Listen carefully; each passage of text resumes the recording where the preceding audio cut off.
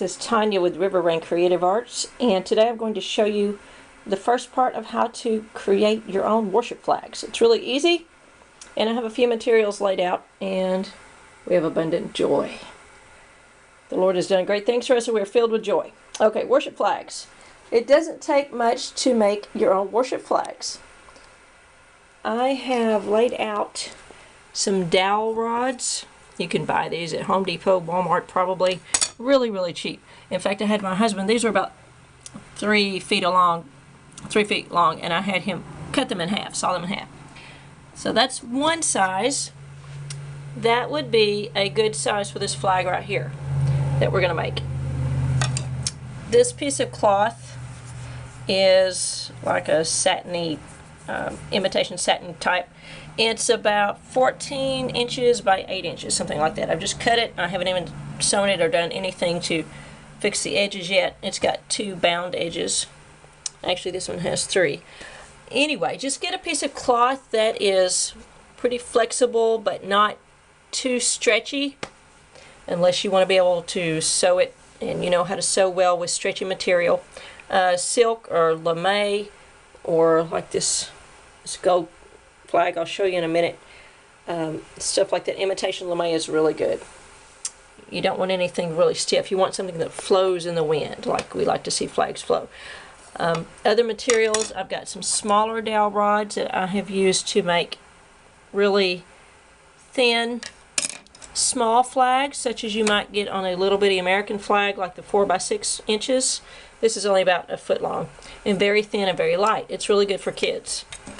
Another thing I did was be innovative and recycle rods that would break at the top from the blinds on the window.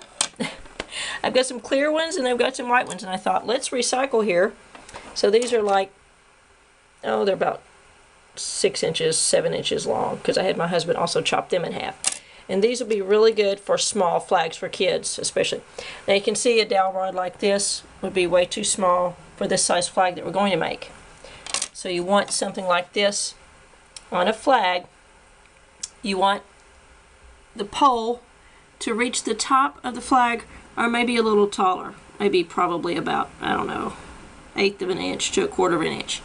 And then have enough room on the bottom for you to hold it well enough so the flag will flow and not hit your hand. So that's part 1. We'll be right back with part 2. You can do this. These materials are cheap. You could probably find really cheap material, or have somebody give you some if you need to, or just go buy something cheap at Walmart to get started with. One thing you want to be sure and do with your flags, no matter if they're little bitty streamers or huge big flags, is and I like to do this at the end of the process after the flag is made, but you want to anoint them, pray over them, and proclaim like the Lord does. He is our banner of love. He unfurls his banner of victory over us, Jehovah Nissi. You want to proclaim over them that they are instruments to help usher in his anointing, his power, to change things. We love to see our American flag waving, because it inspires us and reminds us we live in the best country. God is for us. And so when we wave banners to the Lord, it helps usher in his presence. And I think it's very important that we dedicate our flags to the Lord, pray over them, and anoint them. And I will show you guys what I'm talking about when we get to that point.